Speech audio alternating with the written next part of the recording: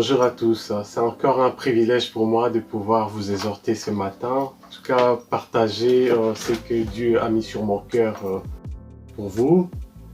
Et en méditant et en priant par rapport à ces partages, Dieu m'a orienté vers une question. Pharisien ou né de nouveau? Est-ce qu'en tant que chrétien, je me comporte en pharisien ou en personne née de nouveau? Sans transition, nous allons prendre la parole de Dieu dans Jean chapitre 3 et nous allons lire les versets 1 à 12. Or, il y avait parmi les pharisiens un homme du nom de Nicodème, un chef des Juifs. Il vint de nuit trouver Jésus et lui dit: Maître, nous savons que tu es un enseignant envoyé par Dieu, car personne ne peut faire ces signes miraculeux que tu fais si Dieu n'est pas avec lui. Jésus lui répondit: en vérité, je te le dis, à moins de naître de nouveau, personne ne peut voir le royaume de Dieu. Nicodème lui dit: comment un homme peut-il naître quand il est vieux? Peut-il une seconde fois entrer dans le ventre de sa mère et naître? Jésus répondit: en vérité, je te le dis, à moins de naître d'eau et d'esprit, on ne peut entrer dans le royaume de Dieu. Ce qui est né des parents humains est humain, et ce qui est né de l'esprit est esprit. Ne t'étonne pas que je t'ai dit, il faut que vous naissiez de nouveau. Le vent souffle où il veut, et tu entends le bruit, mais tu ne sais pas d'où il vient, ni où il va. C'est aussi le cas de toute personne qui est née de l'esprit. Nicodème reprit la parole et lui dit: comment cela peut-il se faire? Jésus lui répondit: tu es l'enseignant d'Israël et tu ne sais pas cela? En vérité, je te le dis, nous disons ce que nous savons et nous rendons témoignage de ce que nous avons vu, et vous ne recevez pas notre témoignage. Si vous ne croyez pas quand je vous parle des réalités terrestres, comment croirez-vous si je vous parle des réalités célestes? Amen. Voilà. Dimanche passé, quand le pasteur Christophe Blom a commencé à parler de la rencontre avec Dieu, je me suis dit, oh là là là là, le pasteur il va arrêter, là il est en train de parler, de dire le message que je voulais apporter à l'église de Warem. Mais voilà, le Seigneur m'avait conduit autrement. Donc, cette question, être pharisien ou être né de nouveau? Avant d'aller plus loin, je vais replacer un peu le texte dans son contexte. Nous voyons que la Bible nous parle de la rencontre de Nicodème et de Jésus. Mais avant toute chose, je vais parler de Nicodème.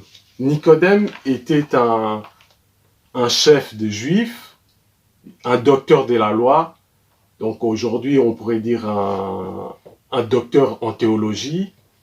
En plus de cela, il était un pharisien.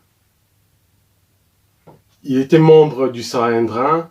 Donc le Sanhédrin, c'était un groupe de responsables qui s'occupaient des matières religieuses et des traités des affaires civiles, mais sous l'autorité romaine. Donc Nicodème était ce qu'on pourrait dire ce qu'il y avait de mieux en Israël. Donc je suppose qu'à cette époque-là, tout le monde enviait la place de Nicodème. Mais ce qui est bizarre, on voit que Nicodème vient le soir rencontrer Jésus et pour poser la question à Jésus. Mais on voit que Nicodème, avec toutes les qualités qu'il avait, il lui manquait quelque chose. Et je pense quand il a posé la question à Jésus, il avait envie que Jésus lui dise vraiment qu'il lui donne ce qui lui manquait. Mais Jésus connaissait tout et il savait le fond de la pensée de Nicodème. Et il ne va pas amener Nicodème directement le sens ou dans la direction que Nicodème voulait amener Jésus, mais Jésus va l'amener autrement. Et on sait très bien que Jésus, en tant qu'enseignant, il aimait beaucoup utiliser des images de la vie courante pour parler des réalités célestes. Et là, Jésus va parler à Nicodème de la nouvelle naissance. Oui, c'est vrai, en tant que chrétiens, nous connaissons tous ce que cela veut dire, la nouvelle naissance, mais c'est pas l'objet vraiment du message aujourd'hui. Je ne vais pas rentrer dans des principes théologiques pour expliquer la nouvelle naissance, mais je vais aller tout simplement par rapport au message que Dieu a mis vraiment dans mon cœur. Et qui dit nouvelle naissance, ça dit nouvelle nature. Donc, notre ancienne nature, on l'abandonne et nous sommes revêtus d'une nouvelle nature, la nature céleste. Donc, en tant que chrétiens nés de nouveau, nous devons développer et marcher selon les qualités de cette nouvelle naissance, selon les qualités du royaume des cieux. Donc, en posant cette question, en présentant à Nicodème cette réalité spirituelle de la nouvelle naissance, Jésus met en opposition deux choses. La nouvelle naissance qui symbolise une nouvelle nature. Et indirectement, il y a cette ancienne nature. Et Nicodème, en étant pharisien, ils sont attachés, les pharisiens étaient attachés plus à la loi. Mais Jésus veut l'amener à autre chose. Jésus veut l'amener à comprendre que voilà, nous devons abandonner les vieilles choses, la vieille nature. Nous devons abandonner tout ce qui est apparent pour revêtir ce qui est de nouveau, ce qui est selon l'Esprit de Dieu. Donc, c'est vraiment cette réalité que le Seigneur, ou plutôt cette question que le Seigneur m'a posée ou m'a amené à méditer là-dessus. Est-ce qu'en tant que chrétien, on marche comme des pharisiens ou on marche suivant la nouvelle nature, la nature céleste? Donc, nous devons marcher suivant cette nature céleste, cette nouvelle nature. Et en d'autres termes, Jésus dira à Nicodème, tu dois abandonner ce qui est de la vieille nature. Parce que en tant que pharisiens, les pharisiens s'attachaient plus à l'apparence, à ce qui est de la loi. Or, Jésus ne nous appelle pas à cela. Les pharisiens étaient du genre, comme la Bible le dit, à regarder ce qui est la paille qui est dans l'œil du voisin, plutôt que de regarder la poutre qui est devant soi. Et bien souvent, en tant que chrétien, on agit de cette façon. On est vite là pour condamner, pour juger, et on devient religieux. Jésus nous appelle pas à cette nature-là. C'est notre ancienne nature. Jésus nous amène dans une autre direction. Parce que quelqu'un qui est né de nouveau, c'est quelqu'un qui va avoir ses yeux fixés vers la croix. C'est quelqu'un qui va avoir ses yeux fixés dans la bonne direction, qui va marcher selon l'esprit. Et nous voyons bien aussi le comportement de Nicodème. Mais on peut se poser la question, mais pourquoi Nicodème vient voir Jésus la nuit, en cachette? Bon, plusieurs commentateurs bibliques émettent des hypothèses, mais bon voilà, c'est là n'est pas le problème. Mais on pourrait quand même s'attendre Ou on pourrait peut-être dire que, ben voilà, Nicodème,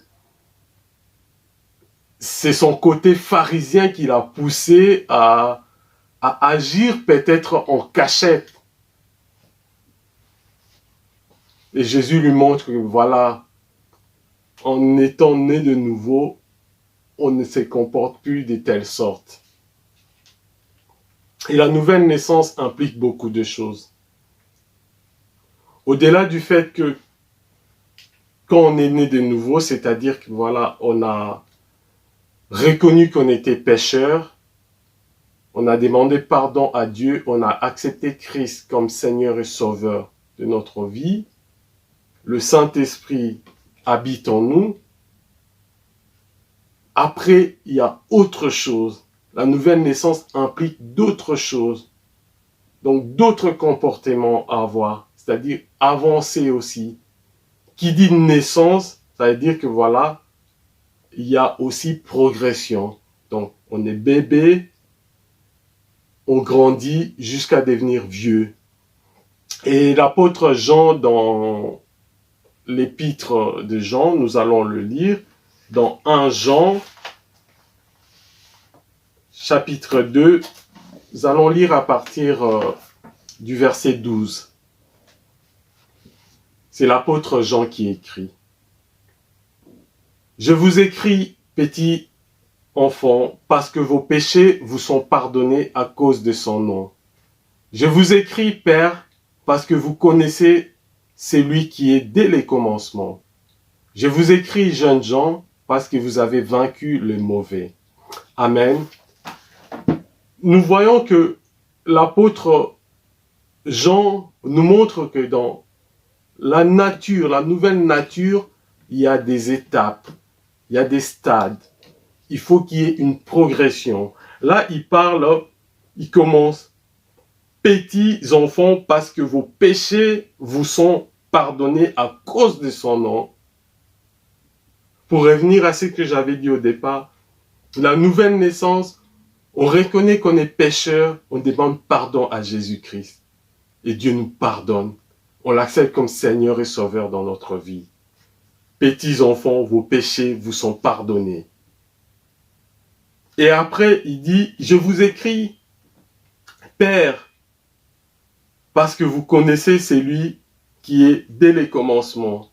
Et puis il dit, je vous écris, jeunes gens, parce que vous avez vaincu les mauvais. On montre les différentes étapes dans la vie chrétienne. Après petits enfants, on devient des jeunes. Avec toute la vigueur qu'on a, ça montre qu'il y a une progression. Au début, on connaît Christ, on prend du lait spirituel, après on devient jeunes gens, on a de la force, et cette force nous incite aussi, en tant que chrétiens, à nous investir dans le royaume de Dieu, parce qu'il nous donne, il nous communique sa force pour son royaume, pour marcher en nouveauté des vies. Et puis l'apôtre Jean dit, je vous écris Père. Qui dit Père, on dit, voilà, l'autre étape, l'étape de la maturité, l'étape de la sagesse. Donc, en tant que chrétien, être né de nouveau, nous devons aspirer aussi à cette progression. La progression qui va nous amener aussi à la maturité. Aujourd'hui, en tant que chrétien, certaines personnes demeurent toujours au stade des bébés spirituels. Et ça pose beaucoup de problèmes, beaucoup de difficultés dans les églises, parce que les enfants, les personnes restent au stade des bébés spirituels. Or, la parole nous dit que nous devons progresser. Nous devons marcher en nouveauté de vie. La nouvelle naissance, quelque chose de nouveau, mais c'est quelque chose de nouveau qui est appelé à grandir. Parce que si on voit un bébé, un enfant qui naît, qui reste bébé après 10 ans, 20 ans, 50 ans, on va se dire qu'il y a un problème. C'est pas normal que quelqu'un qui a 50 ans reste toujours comme un petit enfant, toujours en train de boire du lait maternel. On se dira qu'il y a un problème. C'est pour cela que le Seigneur nous pose la question. Es-tu pharisien ou tu es né de nouveau? Pharisien, c'est quelqu'un qui est demeuré dans la loi, dans ce qui est visible, ce qui est apparent. Mais le Seigneur nous appelle à ne pas demeurer dans ça. Un pharisien, c'est celui qui regarde toujours derrière. Mais le Seigneur nous appelle, nous, en tant que chrétiens, à regarder devant. Quelqu'un qui est né de nouveau, c'est quelqu'un qui regarde devant, qui regarde vers l'avenir. Pour conclure ce partage que le Seigneur avait mis dans mon cœur pour nous, nous allons lire dans Philippiens 3, les versets 4 à 9. Pourtant, moi-même, je pourrais mettre ma confiance dans ma condition. Si quelqu'un croit pouvoir se confier dans sa condition, je le peux plus encore. J'ai été circoncis le 8e jour. Je suis issu du peuple d'Israël, de la tribu de Benjamin, hébreu né d'hébreu. En ce qui concerne la loi, j'étais pharisien. Du point de vue du zèle, j'étais persécuteur de l'Église. Par rapport à la justice de la loi, j'étais irréprochable. Mais ces qualités qui étaient pour moi des gains, je les ai regardées comme une perte à cause de Christ. Et je considère même tout comme une perte à cause du bien suprême qui est la connaissance de Jésus-Christ, mon Seigneur.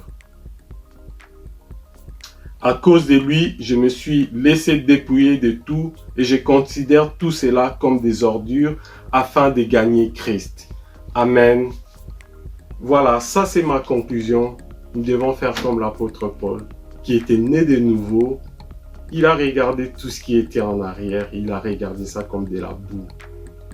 Sa manière de vivre comme un pharisien, il a laissé tomber pour suivre Christ, pour avancer. Que le Seigneur vous bénisse. Au revoir.